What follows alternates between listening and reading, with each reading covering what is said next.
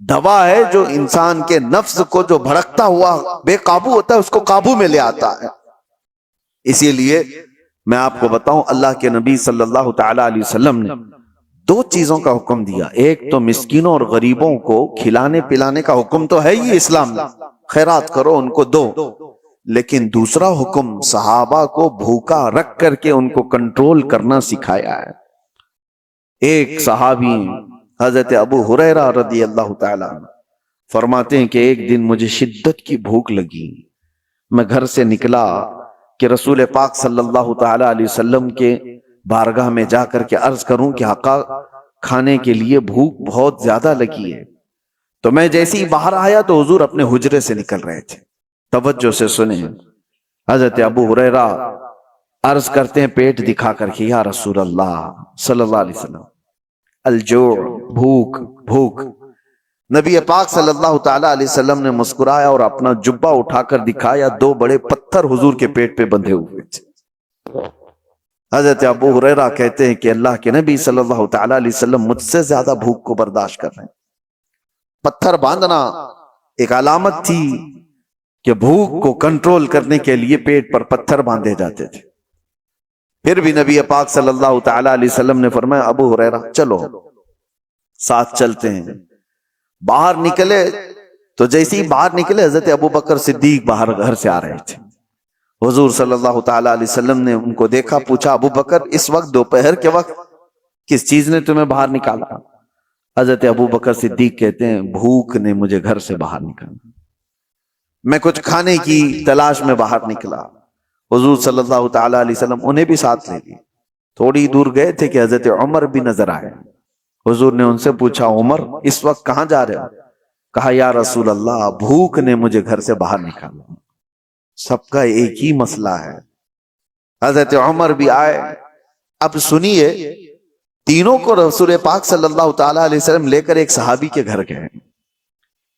وہ صحابی حضور پاک صلی اللہ تعالی علیہ وسلم کی آمد سے اتنے زیادہ خوش تھے، گھر میں جو تھا سب پیش کر دیا۔ یہاں تک تو بات ہے آگے کا واقعہ، لیکن ان تینوں صحابہ سے پوچھو، میں علاج بھی آپ کو بتا رہا ہوں کہ آپ دوپہر میں بھوکے تھے، مدینے میں کہاں جا کر کے کیا لانا چاہتے تھے؟ ابو ہریرہ آپ کیا لانا چاہتے؟ پیسے آپ کے پاس بھی نہیں خریدنے کی۔ ابو بکر صدیق و عمر فاروق رضی اللہ تعالیٰ عنہ آپ کیا کھانے کے لیے نکلے تھے گھر سے باہر؟ تینوں کا ایک ہی جواب، ہم کچھ خریدنے کے لیے یا کچھ کھانے کے لیے نہیں نکلے، جب بھوک ہمیں شدت سے پریشان کرتی تو ہم چہرے رسول کو دیکھنے جاتے تھے۔ میرے آقا صلی اللہ تعالی علیہ وسلم کے چہرے جمال جہاں آرا کو دیکھتے صحابہ کا عقیدہ تھا کہ جیسی بھی بھوک ہو ختم ہو جاتی ہے۔ یہ ہے بھوک کا علاج، یہ عاشقوں کی بات ہے۔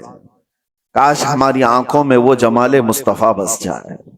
جب دنیا ہمیں اس طرح بھوک سے پریشان کرے تو وہ تصویر یار سامنے آ جائے، اور پھر حضور پاک صلی اللہ تعالی علیہ وسلم کے اس جمال میں مہ ہو کر کے ہم ساری بھوک بھول جائیں۔ اور ہوا ہے تاریخ میں ایسے۔ عزیزان گرامی، یہ باتیں میں آپ کے سامنے اس لیے کہہ رہا ہوں، وہ صدیق اکبر، وہ فاروق اعظم جن کے ناموں میں اتنی تاثیر ہے آج کہ آج بھی بڑی بڑی حکومتیں کانپتی ہیں ان کے دور حکومت کو سن کر کے۔ قیصر و کسریٰ لرزہ براندام تھے عمر ابن خطاب کے نام سے، لیکن ان کا حال یہ ہے کہ وہ کہتے ہیں بھوک نے مجھے گھر سے باہر نکالا۔ اللہ کے رسول صلی اللہ تعالی علیہ وسلم کے سب سے قریبی صحابہ ہیں، وہ بھوکے رہ کر کے ریہرسل کر رہے تھے کہ بھوک پر کنٹرول حاصل کرو۔ آج ہمارے پاس سب کچھ ہے، اور کچھ مالدار لوگوں کو جیسی مال کی چربی آتی ہے ان کو لگتا ہے روزہ رکھنا تو غریبوں کا کام ہے، ہم کو اللہ نے کس چیز کی کمی کی۔ کچھ مالدار یہ سوچتے ہیں کہ مال جس کے پاس کم ہے وہ روزے رکھے، ہمارے پاس تھوڑی نا کچھ کمی ہے، دولت کی ٹھاٹ بھاٹ سب کچھ ہے۔ اگر تم دولت کو کمپیئر کرنا چاہو تو عثمان غنی کے قدم تک بھی نہیں پہنچ سکتے، لیکن انہوں نے بھی بھوکا۔ یہ رمضان کی بات نہیں کر رہا ہوں جو صحابہ کی، عام دنوں کی بات کر رہا ہوں، عام دنوں کی بات۔ حضرت عثمان غنی رضی اللہ تعالیٰ عنہ کا حال تو یہ تھا میاں ان کے مال سے تمہارا کیا کمپیریزن؟ ایک جنگ میں، جنگ تبوک کے موقع پر انہوں نے جو صدقہ دیا تھا، خیرات کیا تھا، جانتے ہو آج کے زمانے میں اس خیرات کی ویلیویشن کر لی جائے نا، 116 کروڑ روپے بنتے ہیں آج کے۔ وہ حضرت عثمان غنی نے ایک ہی جنگ میں دان کر دیے تھے، وہ خیرات کرتے تھے تو 116 کروڑ آج کی قیمت بنتی ہے کوئی خیرات کرنے والا؟ اور ظاہر سی بات ہے پورا مال نہیں، اپنے مال کا تھوڑا سا حصہ انہوں نے خیرات۔ یہ اصحاب الحجر کون تھے؟ پتھر والے لوگ۔ یہ ایک ایسی قوم تھی، بہت اونچے چوڑے لمبے لوگ تھے، بڑے طاقتور لوگ تھے، اور ان کا کام یہ تھا کہ پورے پتھر کے پہاڑ کو ہاتھوں سے تراش کر کے اپنا گھر بنا لیتے تھے۔ یہ معمولی بات نہیں ہے، یعنی پتھر کو ڈیزائن کرنا، تراشنا، اور اس کے اندر جو ہے دروازے بنانا، کمرے بنانا، سب پہاڑ کے اندر ہی ہوتا تھا۔ باقی کوئی چیز اینٹ سیمنٹ سے جس طرح دیواریں بنائی جاتی ہیں نہیں ہے، یہ وہ آج بھی ان کے بنائے ہوئے گھر میں موجود ہیں۔ مدائن صالح اس کو کہا جاتا ہے، سعودی عرب میں یہ شہر موجود ہے، الاولا نام سے۔ اب ان لوگوں نے اس کو پکنک پوائنٹ بنا دیا ہے۔ پہلے وہاں کوئی جاتا نہیں تھا، لیکن اب ہر چیز میں پیسہ چاہیے تو اس کو بھی ٹورسٹ پلیس کے طور پر کھول دیا گیا ہے۔ تو یہ حضرت صالح علیہ السلام کی قوم ہے۔ حضرت صالح علیہ السلام کو اس قوم کی ہدایت کے لیے بھیجا گیا تھا۔ تو حضرت صالح علیہ السلام آئے، اس قوم کو قوم سمود بھی کہا گیا ہے۔ اکڑ بھی بہت تھی، گھمنڈ بھی بہت تھا، جتنے لمبے تھے اتنے گھمنڈ بھی تھے، متکبر تھے، اور وہ اپنے سامنے کسی کو بھی کچھ نہیں سمجھتے، وہ سمجھتے کہ سب سے زیادہ طاقتور ہم ہیں، اور بڑے فنکار لوگ تھے۔ تو جب حضرت صالح علیہ السلام ان کے پاس آئے اور ایمان کی انہیں دعوت دی، ایک تو وہ طاقتور تھے، پہاڑوں کو تراش کر گھر تو بنا لیتے، لیکن ایمان سے محروم تھے۔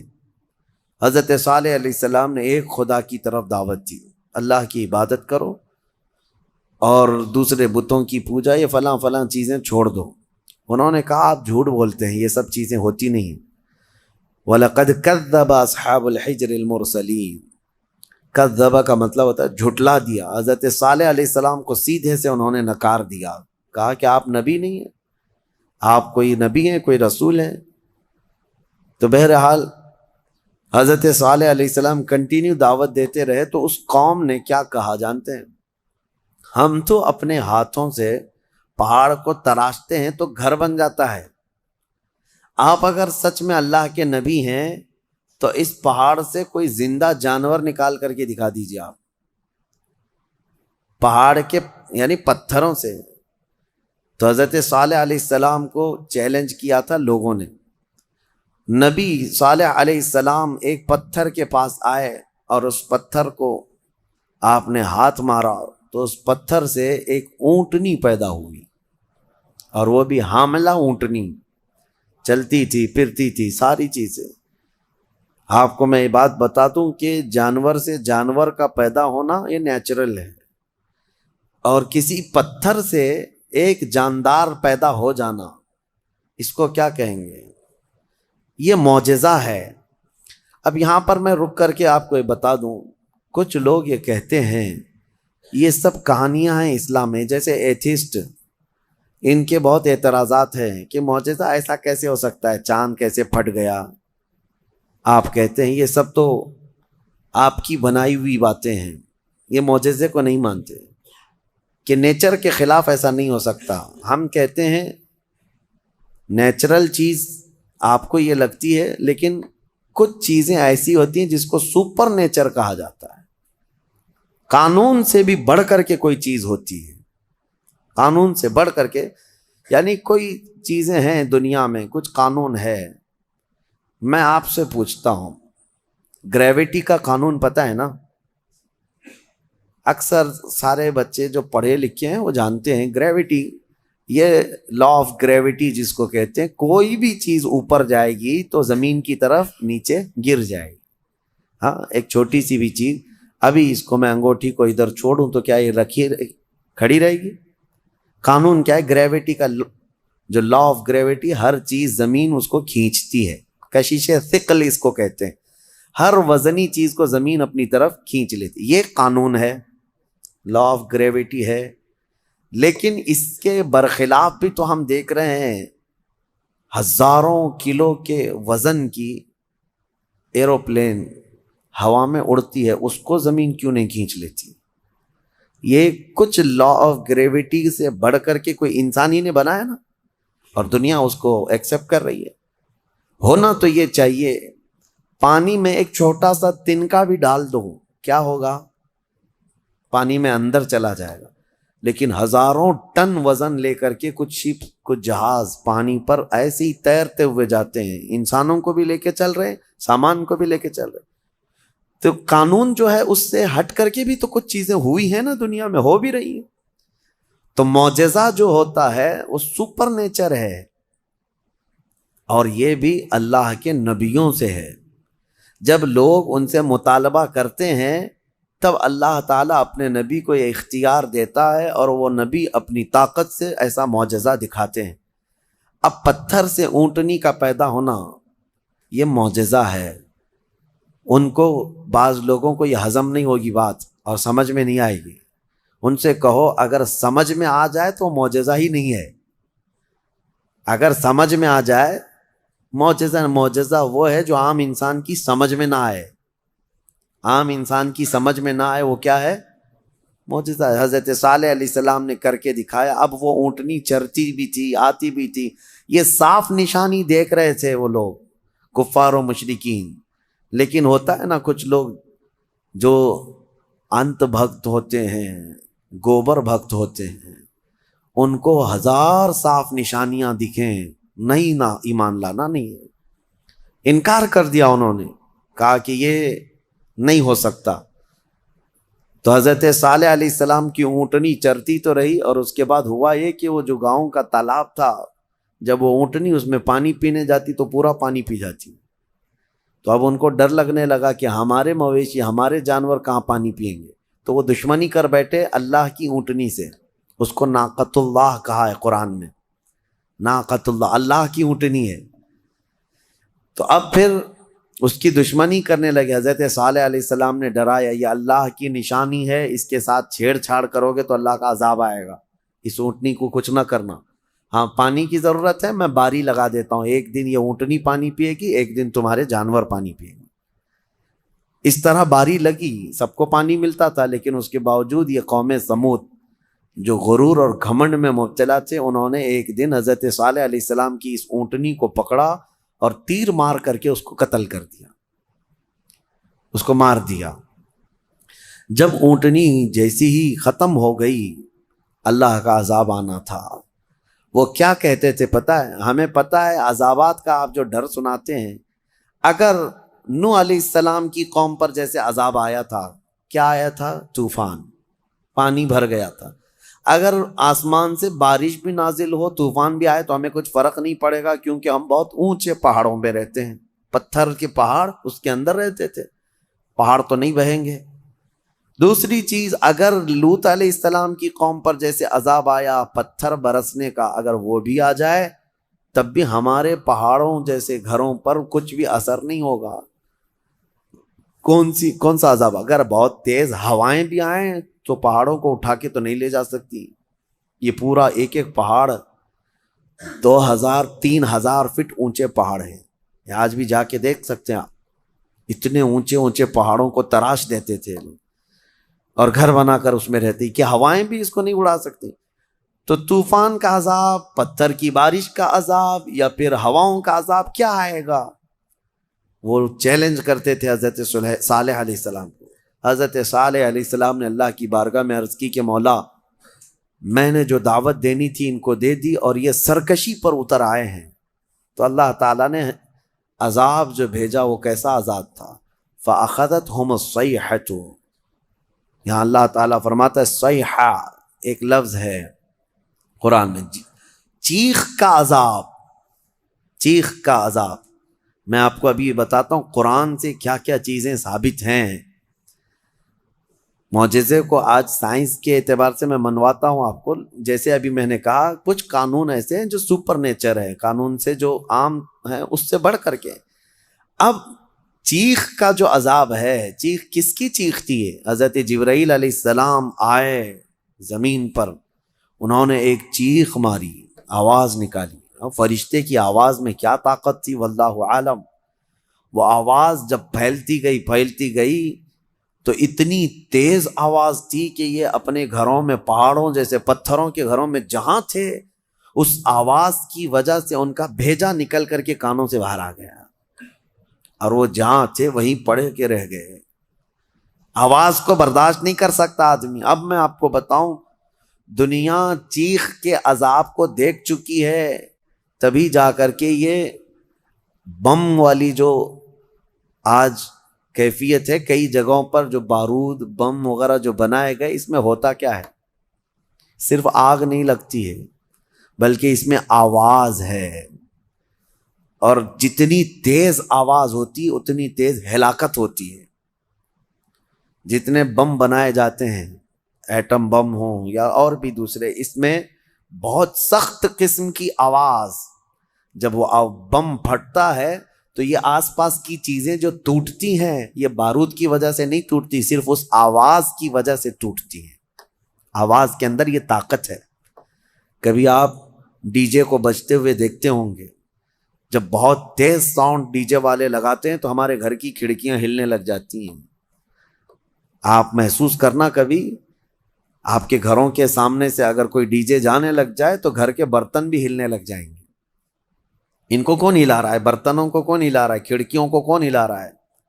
آواز میں اتنی طاقت ہے. یہ تو ڈی جے بہت شارٹ قسم کی آواز ہے جس کو آج آپ سن سکتے ہیں، لیکن جو بم کی آواز ہے اس کو آپ کے کان نہیں سن سکتے. اور یہ دنیا کی بنائی ہوئی آوازیں ہیں، اس سے کئی ہزار گنا زیادہ ایک فرشتے کی آواز میں طاقت ہے. جب وہ آواز آئی ہوگی تو پھر انسانوں کا کیا حشر ہوا ہوگا. تو صرف چیخ کی وجہ سے وہ پوری قوم ہلاک ہو گئی، سب اپنے گھروں میں پڑے رہ گئے، وہ عذاب الہی کے شکار ہو گئے. یہ ان کا ذکر اس سورے میں آیا ہے. ان کو اصحاب الحجر کہا گیا ہے. یہ پتھر والی قوم ہے. اے گھمنڈ میں مبتلا لوگو، آج تمہیں اگر ایسا لگتا ہو کہ میرے پاس بہت کچھ ہے اور میں بچ جاؤں گا، تو اصحاب الحجر نہیں بچ سکے. وہ اپنے پہاڑ جیسے گھروں کے اندر مردہ پڑے رہ گئے. قیامت بھی جو قائم ہونی ہے نا، وہ بھی آواز پہ ہی قائم ہونی ہے. آواز، یہ آج دنیا کو اچھی طرح سے پتا ہے کہ ساؤنڈ کے اندر کتنا پاور ہے، اور آواز کے ذریعے سے ہی پوری دنیا کو ختم کیا جائے گا. کیسے؟ حضرت اسرافیل علیہ السلام سور پھونکیں گے. سور ایک باجے جیسی شکل کی ایک چیز ہے. یہ اسرافیل علیہ السلام ایک فرشتے ہیں اللہ کے، وہ ہاتھ میں لے کر کھڑے ہیں انتظار میں کہ جب مولا کا حکم ہوگا اس کو بجائیں گے. جیسے ہی اس کو پھونکنے لگیں گے، دنیا میں آواز پھیلے گی. پہلے ہلکی ہلکی ہلکی ہوتے ہوئے وہ آواز اتنی بڑھ جائے گی کہ لوگ پہلے اس آواز کو سنتے ہوئے بے ہوش ہو جائے گے. پھر اسی آواز پر پوری دنیا کی موت ہو جائے گی. ایک بھی باقی نہیں رہے گا، ایک بھی باقی نہیں رہے گا. اس سور کی آواز پر سارے کے سارے پورے روئے زمین پر جتنے انسان ہیں وہ سب کے سب مر جائیں گے. یہ قیامت قائم ہونے کا منظر ہے. پھر اللہ تبارک و تعالیٰ زمین میں زلزلے پیدا فرمائے گا، اور پھر یہ پہاڑ سب پورے اڑنے لگ جائیں گے. زمین ختم کر دی جائے گی، ساری چیزیں ختم کر دی جائیں گی. پھر اللہ تبارک و تعالیٰ جو میدان قیامت قائم فرمائے گا، پھر اس میں سارے انسانوں کو جمع کرے گا. تو سور پھونکا جائے گا، اور سور کی آواز بہت تیز ہوگی. لیکن الحمدللہ آپ نہ گھبرائیں، ہمارے اوپر نہیں آنی ہے قیامت، کیونکہ فرمایا گیا قیامت جو ہے کسی بھی مومن پر نہیں آئے گی. اس وقت کوئی مومن باقی نہیں رہے گا، مسلمان نہیں رہے گا. قیامت جو سور پھونکی جائے گی اور اس وقت جو سارے لوگ ہلاک ہوں گے، اس میں ایمان والے لوگ نہیں رہیں گے. ایمان والے بہت پہلے ہی دنیا سے جا چکے ہوں گے. اب آپ اندازہ کرو، جب سارے ایمان والے ختم ہو جائیں تبھی قیامت کو آنا ہے، اور جب تک مومنین زندہ ہیں قیامت نہیں آئے گی. یہ روایات سے ثابت ہے۔ تو بہرحال سور کی بھی آواز ہی ہے، آواز کا پاور ہے، اور قیامت بھی اسی میں قائم ہونی ہے۔ اب اس کے بعد دوسری سورہ ہم نے تلاوت کی ہے، سورہ نحل۔ سورہ نحل شہد کا ذکر آیا ہے۔ اللہ تعالیٰ فرماتا ہے اللہ کی نشانیوں میں سے ہے یہ بھی، یخرج من بطونہا شراب مختلف الوانہ فیہ شفاء للناس۔ شہد کی مکھی کا ذکر ہے کہ اللہ تبارک و تعالیٰ اس کے منہ سے ایک ایسے رس کو نکالتا ہے جو دنیا کی سب سے میٹھی چیز ہے، اور اللہ فرماتا ہے اس میں لوگوں کے لیے شفا ہے۔ کس میں؟ شہد میں۔ شہد میں شفا ہے، اس کی گارنٹی قرآن سے ہے۔ اللہ نے فرمایا الگ الگ رنگ کے پھولوں سے یہ مکھی چوس کر کے آتی ہے رس، اور اپنے چھتے میں لا کر چھوڑ دیتی ہے، اور اس کے بعد اس میں مٹھاس آتی ہے، اور غضب کی مٹھاس، اس کی مٹھاس کا مقابلہ کوئی نہیں کر سکتا۔ جو اوریجنل مٹھائی ہے وہ شہد ہے دنیا میں، باقی سب چیزوں کو چھوڑ دیں، سب بنی ہوئی ہیں، لیکن اوریجنل جو مٹھاس ہے وہ صرف شہد کی ہے۔ اس کا ذکر کیوں ہے؟ دو جانوروں کا اللہ نے ذکر فرمایا، ایک گائے کا، یعنی دودھ دینے والی جو بھی ہے، اللہ فرماتا ہے کہ ہم دودھ کہاں سے نکالتے ہیں، دودھ کہاں سے آتا ہے؟ قرآن فرماتا ہے من بین فرث و دم، گوبر اور خون کے بیچ سے۔ گائے چارہ کھاتی ہے، اس کے بعد اس کو جگالی کر کے وہ ہضم کرتی ہے، اور اس کا وہ فضلہ بن جاتا ہے، اور اسی سے تھوڑا خون بھی بنتا ہے۔ خون اور اس کے گوبر کے بیچوں بیچ سے دودھ کو اللہ نکالتا ہے۔ اللہ فرماتا ہے من بین فرث و دم لبنا خالصا، خالص دودھ نکلتا ہے، نہ اس میں گوبر کا اثر آتا ہے، نہ خون کا اثر آتا ہے، اور نہ ہی کسی گائے کو چیر کر کے دیکھ لو کہ کوئی فلٹر اندر رکھا ہوا ہے۔ کون سی مشین لگی ہوئی ہے؟ کون سی مشین لگی ہوئی ہے کہ اس دودھ کو صاف کر کے، یعنی اس میں خون کے ذرات ہیں تو الگ کر دے، گوبر کے ذرات ہیں تو الگ کر دے؟ میاں رنگ بھی نہیں آتا اور نہ ہی مزہ آتا ہے۔ دودھ کے اندر کبھی خون کا مزہ آیا؟ دودھ کے اندر کبھی گوبر کا مزہ آیا؟ نہ مزے کو اللہ ملنے دیتا ہے، نہ اس کے اثر کو، نہ اس کے رنگ کو ملنے دیتا ہے۔ اور قرآن میں اللہ فرماتا ہے کہ ان دونوں کے بیچ سے خالص دودھ کو نکالتا ہے اللہ تعالیٰ، اور یہ پینے والوں کے لیے پیٹ بھرنے والی غذا ہے۔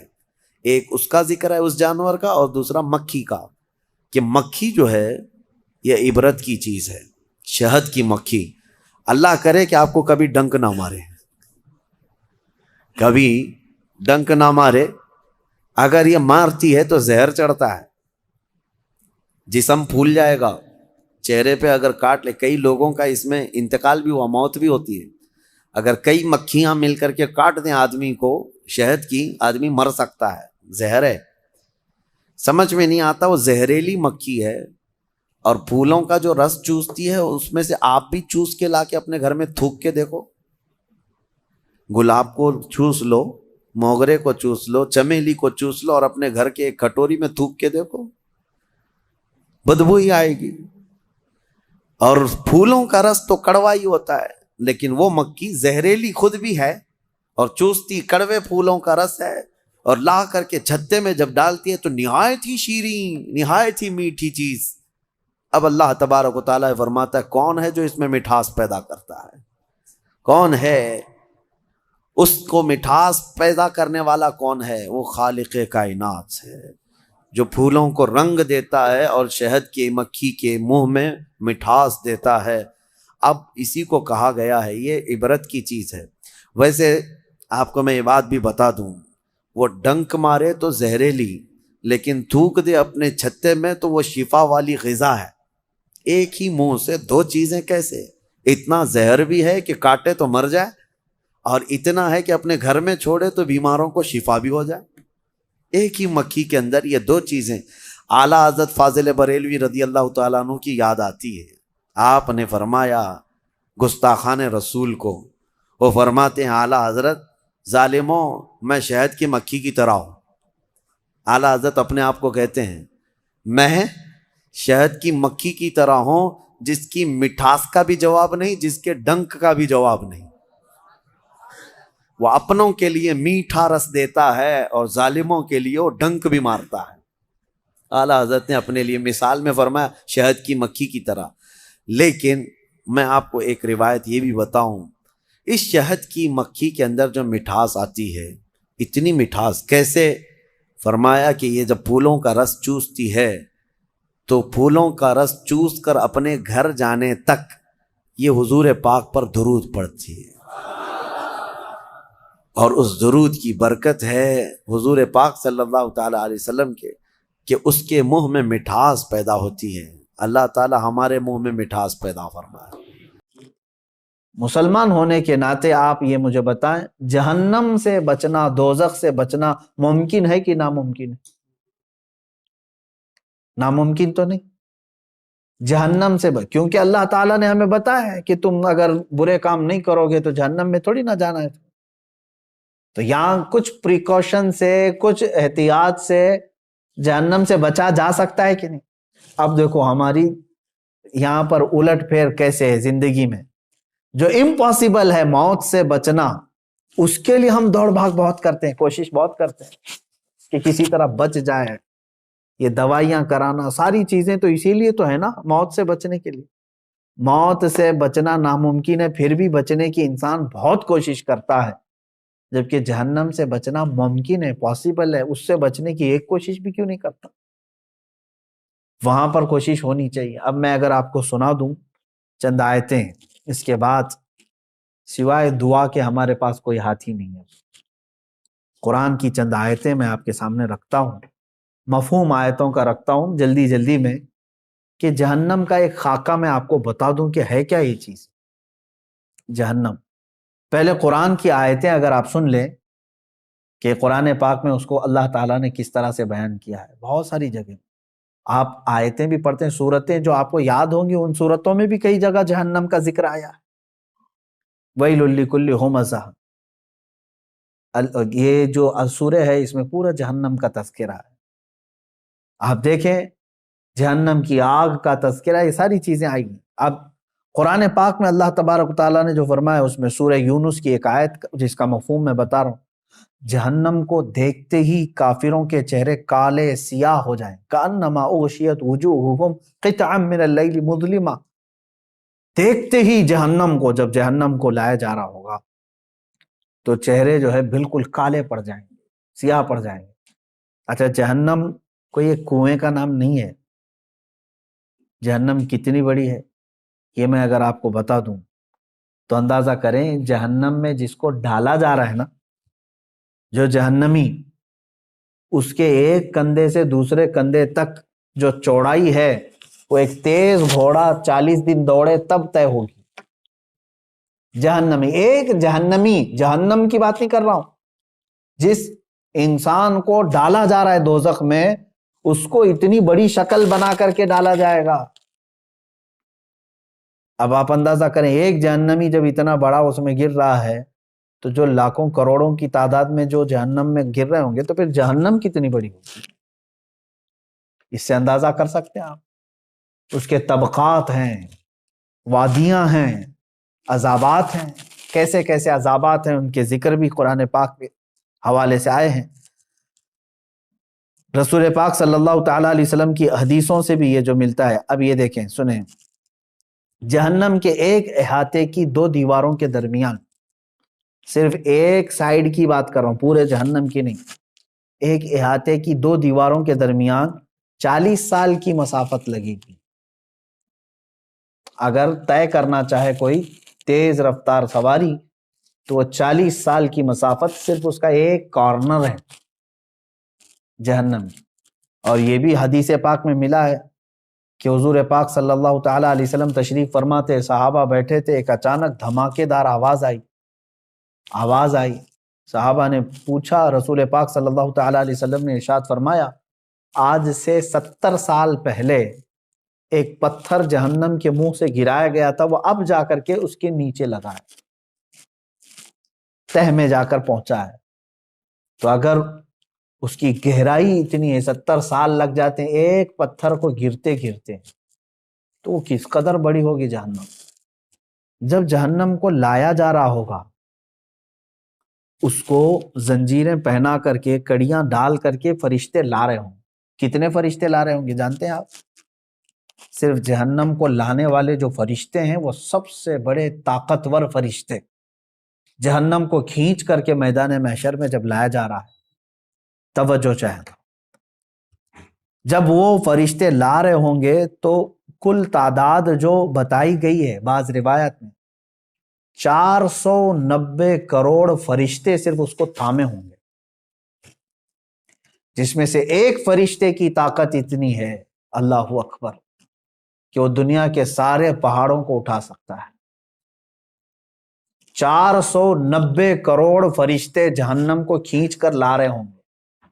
اب اور دیکھیں آپ، میں بتاتا ہوں، اس کو جو زنجیریں پہنائی گئی ہوں گی، ہر زنجیر کو 70,000 فرشتے پکڑے ہوں گے، ہر زنجیر کو، اس طرح کی 70,000 زنجیریں اسے لگی ہیں، فرشتے اسے کھینچ کر کے لا رہے ہیں۔ اور جب میدان محشر میں وہ جہنم کو لایا جائے گا، آگ اگلتی ہوئی جب وہ آ رہی ہوگی، اب یہ بات پڑھتے ہی دل دہل جاتا ہے میرا، کہ جیسے مجرمین کو دیکھے گی جہنم، جن کے لیے دوزخ لکھ دیا گیا یا ان کو دوزخ میں جانے کا آرڈر ہو گیا، تو جیسے ہی وہ مجرمین کو میدان قیامت میں جہنم دیکھے گی، یہ 490 کروڑ فرشتوں کے بھی ہاتھ چھوڑا کر کے بھاگنے لگی، ان سے بھی وہ ہاتھ چھوڑا کر کے ان مجرمین کی طرف بھاگے گی، اسے روکا جائے گا، زنجیریں کھینچ لی جائیں گی۔ کس کی طرف جائے گی؟ مجرمین کی طرف، نگلنے کے لیے، کہ مجھے بھوک زیادہ ہے اور یہ مجرمین مجھے دیے جائیں۔ تو میدان قیامت میں آگ اگلتے ہوئے جہنم مجرمین کی طرف دوڑتی ہوئی آتی ہے، یہ سوچ کر کے ہی دل دہل جاتا ہے۔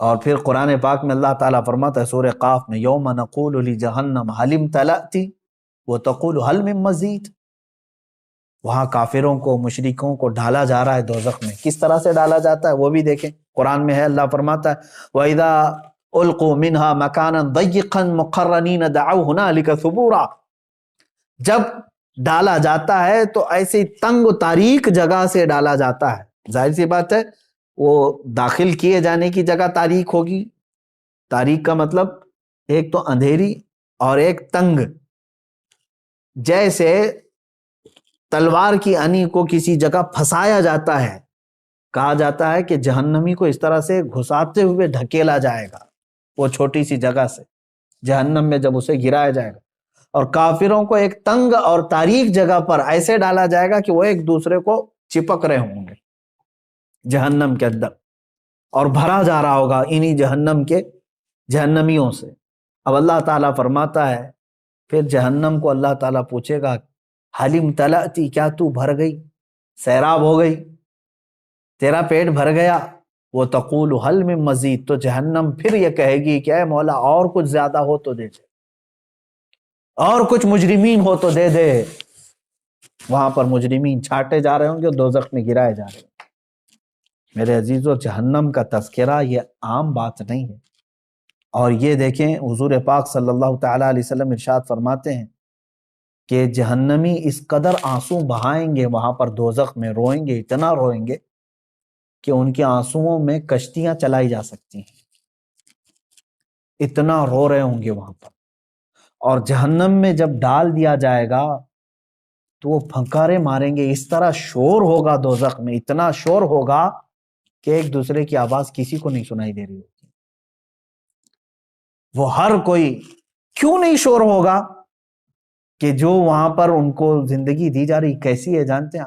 آگ کا بچھونا، آگ کا اوڑھنا، اللہ اکبر، آگ کی زنجیریں ان کو پہنائی جا چکی ہوں گی، ہاتھوں میں بھی اور پیروں میں بھی، اور وہاں کا ایک سانپ اونٹ کے برابر، اور بچھو خچر اور گھوڑے کے برابر کے، اگر وہ ڈنک مارے تو روایت میں ملتا ہے کہ 40 سال تک اس کا درد محسوس کرے گا وہ۔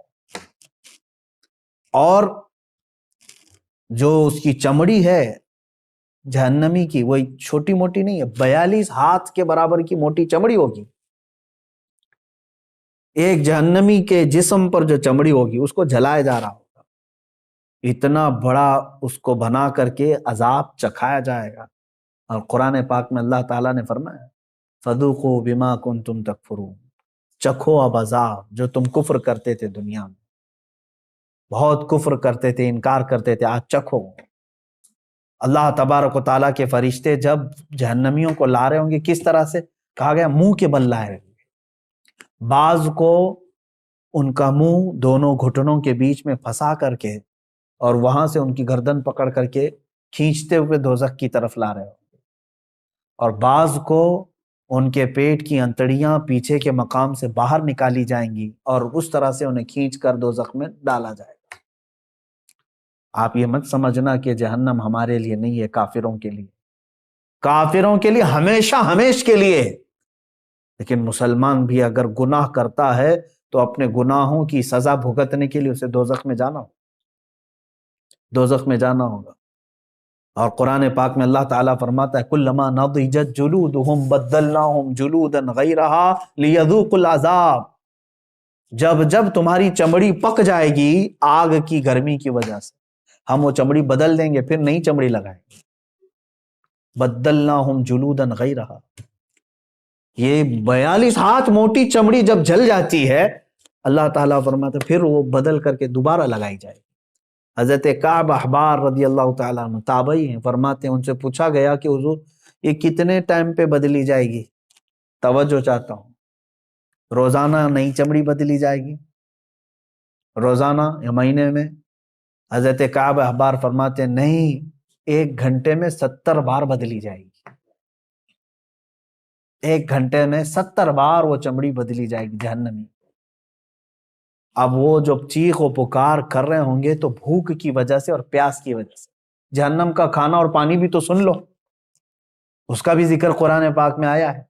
شجرۃ الزقوم، قرآن پاک میں اللہ تعالیٰ نے فرمایا تھوہڑ کا ایک درخت، بہت ہی کانٹے دار پھل، ایک جہنم کا ایک درخت ہے، اس کا پھل دیا جائے گا. کہا گیا اس پھل کا ایک دانہ اگر دنیا میں گرا دیا جائے تو سارے جانور اور انسان مر جائیں اس کی کڑواہٹ سے. وہ ایک پھل کا، اس کی کڑواہٹ. اور وہ جو پھل دیا جائے گا جہنمی کو کھانے کے لیے، بھوک کی شدت کی وجہ سے وہ کھائے گا، لیکن جیسے ہی وہ پھل کھائے گا اس کے کانٹے اس کے حلق میں اٹک جائیں گے اور باہر نکل چکے ہوں گے، نہیں اندر جائیں گے. وہ کہے گا کہ مجھے پانی پلایا جائے، پانی بھی مائے حمیم، شرب الہیم. سورہ واقعہ پڑھو تو رونگٹے کانپ جاتے ہیں. اللہ تبارک و تعالیٰ فرماتا ہے ھذا نزلہم یوم الدین، آج تمہاری مہمان نوازی اسی پانی سے کی جائے گی. وہ کون سا پانی؟ اللہ اکبر. حدیث پاک میں ہے فرمایا گیا مجرمین کے سڑے ہوئے جسموں سے جو پیپ نکلے گا، خون نکلے گا، اس کو پکایا جائے گا، کھولایا جائے گا، اور وہ پانی اس قدر تیز گرم ہوگا کہ جب جہنمی کو دیا جائے گا پیالے میں تو وہ اس کی تیز گرماہٹ سے اس کا جبڑا زمین پر گر چکا ہوگا، نیچے کا ہونٹ لٹک رہا ہوگا. اس کو کیا کرنا ہے؟ اس کو پینا ہے اور اپنے تھوڑ دار درخت کے پھل کو اندر داخل کرنا ہے. تو اسی گرم پانی کو جب اندر ڈالے گا تو اس کی انتڑیاں گل چکی ہوں گی. لیکن کوئی مسئلہ نہیں. آپ سوچتے ہوں گے ارے اتنا سخت عذاب، آگ کا بچھونا، آگ کا اوڑھنا، درخت ایسے، پھل ایسے، بچھو ایسے، سانپ ایسے، تو پھر مرتا کیوں نہیں؟ قرآن میں اللہ نے وہ بھی فرمایا. سورۃ الاعلیٰ کی آیت ہے، اللہ فرماتے ثم لا يموت فیہا ولا یحیا. جہنم کا عذاب ایسا ہے کہ یہ دوزخ نہ کسی کو زندہ رکھے گی نہ کسی کو موت دے گی. موت بھی نہیں آنی، مر بھی نہیں سکتے. مجرمین وہاں یہی تمنا کریں گے جو دنیا میں موت آنے سے جو ہم ڈرتے تھے، لیکن آج ہم کو چاہیے موت تو دے دی جائے. رب تعالیٰ فرماتا ہے نہیں، اب موت کسی کو نہیں آنی ہے. دنیا میں ایک بار آ چکی، آ گئی. نہ جنتیوں کو موت آنی ہے نہ دوزخیوں کو موت آنی ہے. یہ ہے دوزخ. اس کی چند ہی باتیں میں نے پڑھا میرے عزیزو. اللہ اکبر. ایک حدیث پاک ہے مسند احمد کی, یہ بھی حدیث سن لے, میرے آقا صلی اللہ علیہ وسلم سے مروی ہے. جہنمیوں کے سر پر اس قدر کھولتا ہوا گرم پانی ڈالا جائے گا کہ وہ سر میں چھید کر کے پیٹ میں پہنچ جائے گا. اگر اوپر سے پانی گرایا جائے تو سر میں سے سوراخ کرتے ہوئے پیٹ میں گر جائے گا, اور پیٹ میں جو کچھ ہو اسے کاٹ ڈالے گا, اور یہ سب کچھ پیٹ سے نکل کر